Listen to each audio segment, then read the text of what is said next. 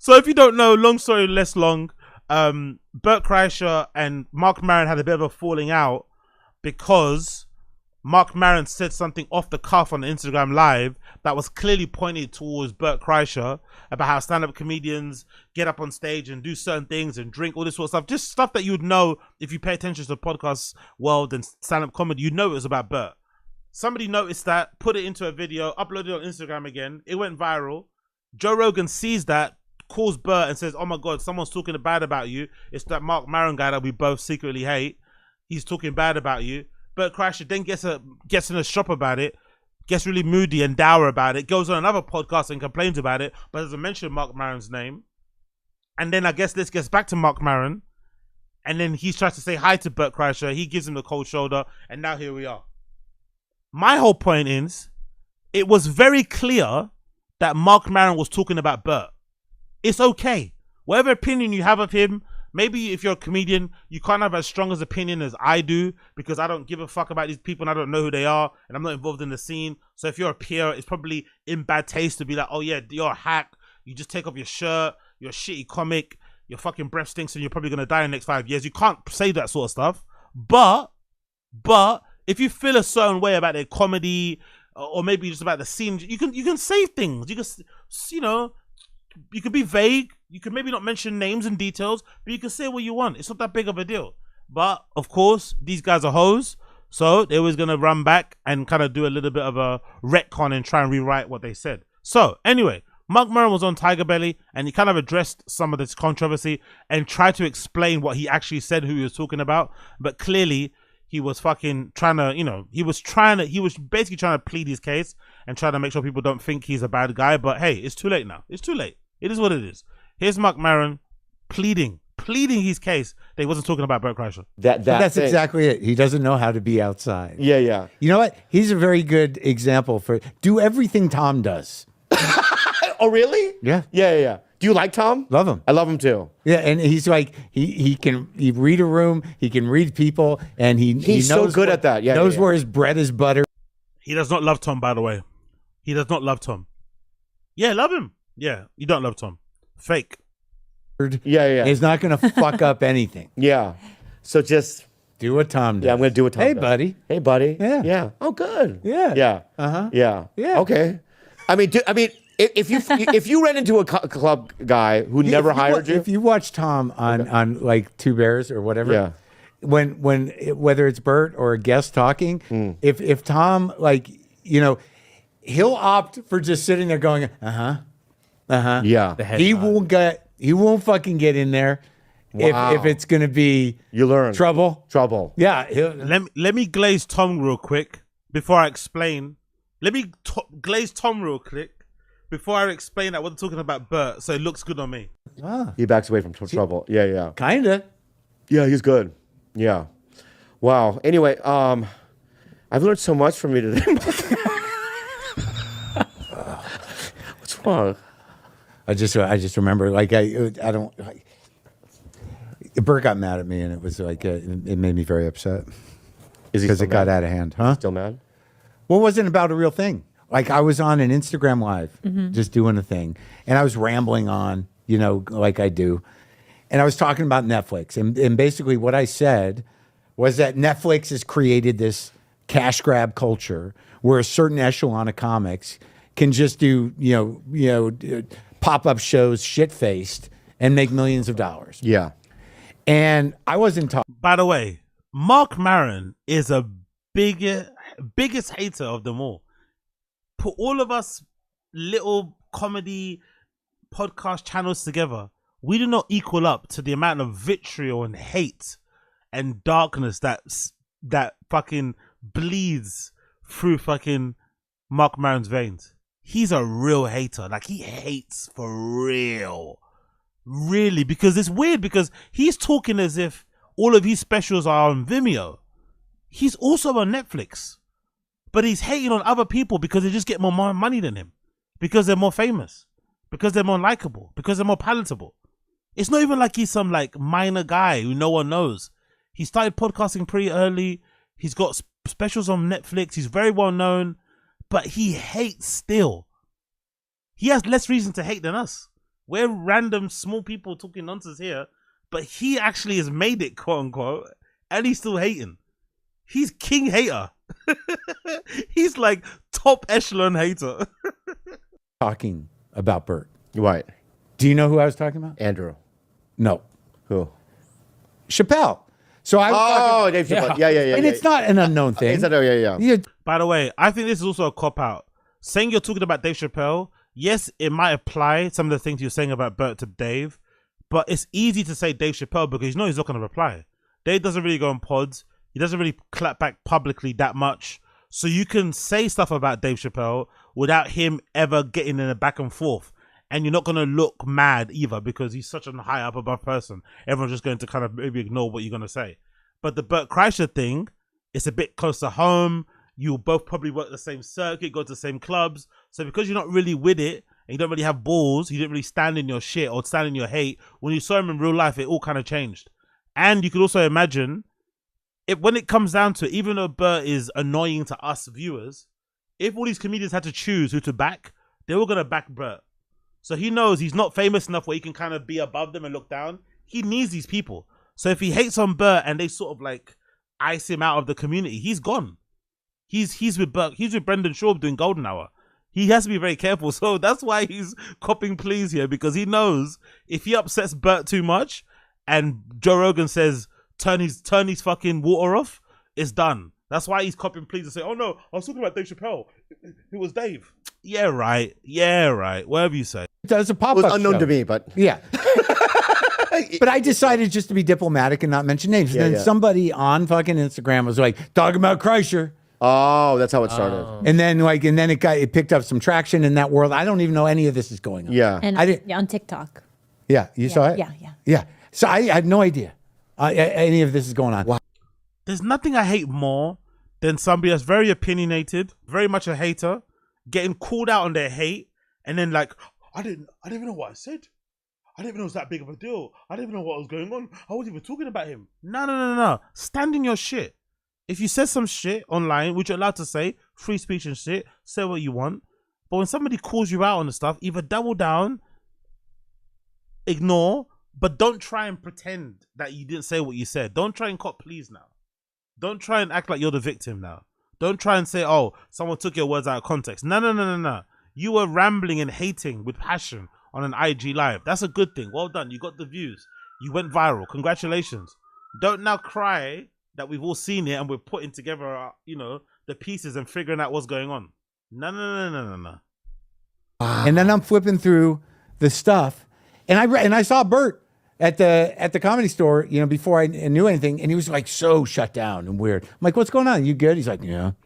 But that's the thing, Jack Donaghy Jr., brilliant point. But that's the thing I don't like about him. That's the thing I don't like about Marc Maron. I like that Marc Maron is the sort of like, he moves to the beat of his own drum. He's his own man. He's independent. He does his own thing. It's sort of like anti-establishment, anti-industry, anti-Hollywood. I get it. Cool. I love it. But the reality is, when you chip away at it, he's not really.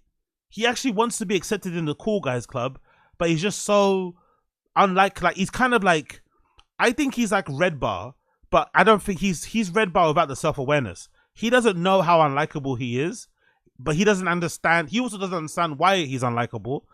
But then, because he's hurt that he's not included, he defaults to hate. Whereas Red Bar doesn't want to be involved in anything and could just like hate away from afar and kill these guys from afar because he clearly doesn't give a fuck about them. Whereas I think Marc Maron wants to be involved. He wants to be on the cool guy table.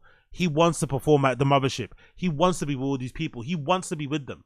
He's not happy just being rich doing his own thing. He wants to be rich and be with all these guys in pictures and shit and hanging out. But they don't like him. Right? They don't like him. Maybe because of Joe, who knows? But they don't like him. And that's the thing I don't like about it. It's like he talks about being his own person and not doing what the hacks do and all this malarkey. But it's like, no, you actually just want to be part of the cool club. Like, just admit it. And I'm like, what the fuck? Wow. Why Bert? You never see Bert like that. Yeah. And then like I'm scrolling and I see him on a podcast saying like, there's this guy who we were friends. If he's been on my show, I saw that. I've been on his show. Yeah. And like he said some Yeah, Kalila saw that shit, innit? Kalila saw that shit. Kalila loves a bit of drama. Kalila definitely saw it. She knows exactly what he's talking about. Yeah, I saw. I was watching these Brendan Schaub hate compilations, and I just X over. I saw it. I saw. I saw everything. Kalila definitely saw that shit. some shit, and Rogan got in my ear and said he's not your boy and all this, and his name rhymes with exactly, Austin Casey. I think I tried to listen to Marc Maron 3 different times. I just couldn't take how dour and miserable he was. His podcast made me feel depressed. Exactly, it's very Eric Griffin-esque. Very Eric Griffin-esque. The only difference is that he's obviously more funny. He's obviously funnier and more of an interesting person. And he does that. He can just, he's good at podcasting too. So I guess it's easier to listen to. But when you actually try to get into it, it's hard. Even when he's got really good guests, it's really difficult to get through it. It's a fucking slog. And a lot of his shows are just based on pure resentment. Pure resentment. Like, it's just that hate. You can just hear the hate seeping through your ears. It's too much, man. It's just too much. This guy just hates everybody, hates everything. He probably has a dartboard with fucking Joe Rogan's face on it in his fucking podcast studio. He's an awful person, man. And I'm like, oh my God. How did this happen? Yeah. Right. So then I'm like, this is... Nah, Jack Donaghy Jr. That's not true, my friend. I agree to a point. Everyone wants to be in the cool club, though. You can make the same case for Cat Williams. No, that's not true. I don't want to be in a cool club. There's plenty of people that don't want to be in a cool club. Like, I can chastise and go after and talk about people in the industry that I like and enjoy. That doesn't mean that I want to be in a cool club. I have no reason or no desire to be in it. And I think there's plenty of people like that out there also. I just feel like there's some people like Marc Maron who are super disingenuous about it.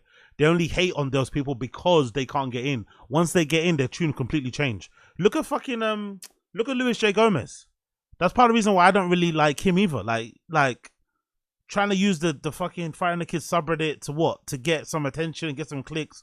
Then when you realize it wasn't good for his career and it was maybe good to kind of suck Brendan off, then suddenly he starts sucking him off but still sending little bars, and then suddenly he's now on Rogan because he's friends with Brendan again. Like, just like, if you're gonna not like the guy, don't like him, but what are these games you're playing? Like, what is this? Who are you? What do you stand for? What do you like? What you don't like? It's just all over the place. All over the place. And so I call Bert. Yeah. And I'm like, dude, I wasn't talking about you. Wow. I said, you don't do pop-up shows. Yeah. I was talking about Dave. And Bert's like, well, that tracks. I'm like, well, great. So now what do we do? Right. He made the whole thing. Yeah, he made a whole thing. And, it was, and ultimately it doesn't really matter, No, but it does because you're talking about it. And the Dave Chappelle point doesn't hit no more. I don't care. You lost the point. No one gives a fuck anymore. The point was driven home and you did the damage anyway, especially to Bert. Imagine you weren't talking about Bert. Imagine if what he's saying is actually true.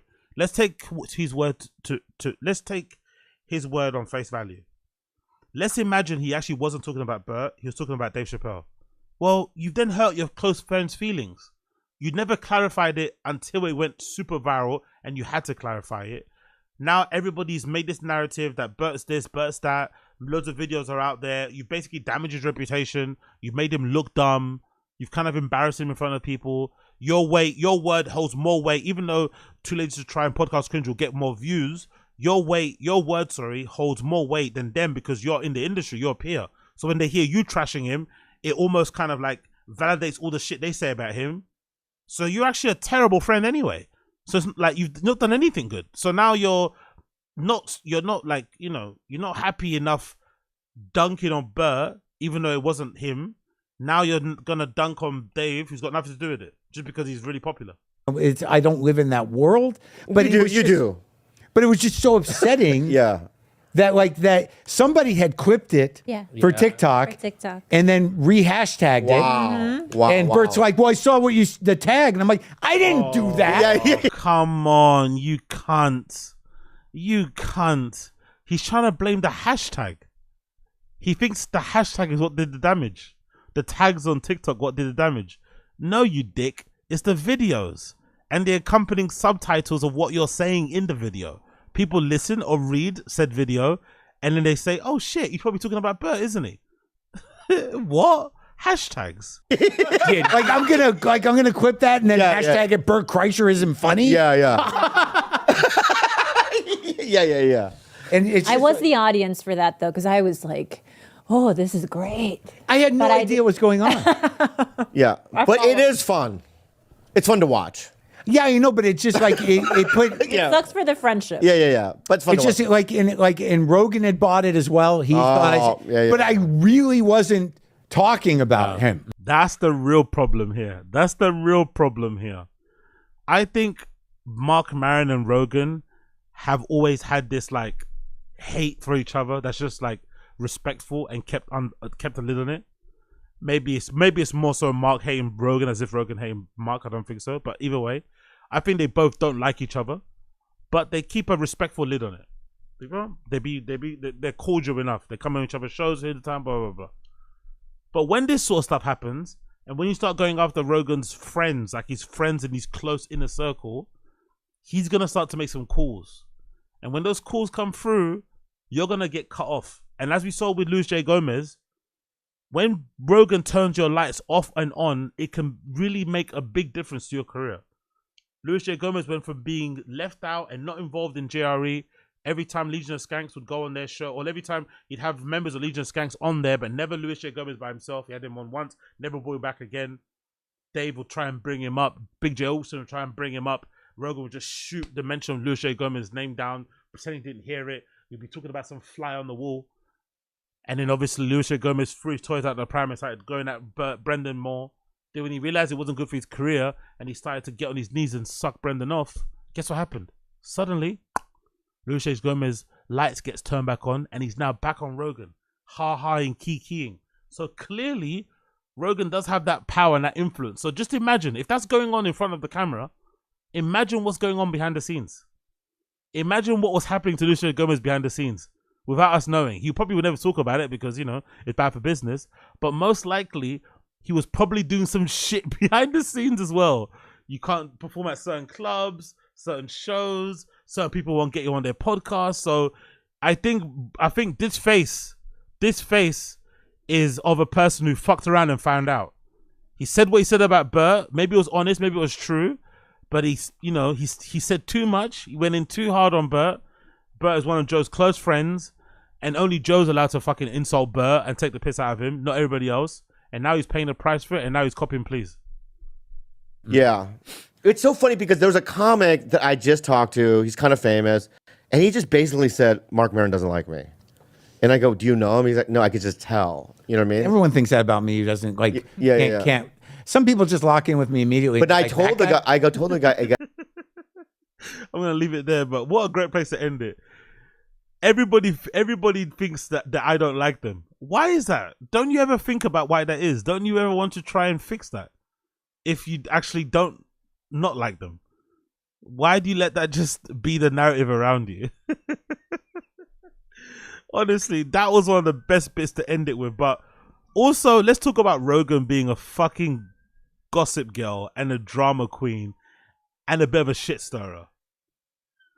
Imagine the scenes of Rogan being on TikTok, seeing that video of Marc Maron talking bad about Bert, and then running over to him, copying the link. Bert, have you seen this? Have you seen this? The guy that doesn't read comments is clipping, copy and pasting links of TikToks to send to his friends. Look what he said about you. Look what he said about you. God almighty, Rogan, bro. Rogan is awful, isn't it, as well? What a shit stirrer. Bert doesn't want to see that sort of shit. Like, the last thing you want to see is your peer sending you a video, like a fucking 30-minute expose on you. Oh my God, I just watched this. Is this true? Number one, why are you watching this? Number two, please don't send me this stuff. Please don't send me this stuff. I'm having dinner with my kids. Please don't send me this video of a fellow comedian hating on me, please. If you don't mind. Like, honestly, man, Rogan's the worst. Rogan is the fucking worst, bro. What a terrible friend. Like, why are you sending me this stuff? And then Bert flew out the window about it, and now Marc Maron's saying it's not really about him, it's about Dave Chappelle. All right, cool. It's about Dave Chappelle. It's about Dave Chappelle. What a PUSSY. What a big PUSSY. But again,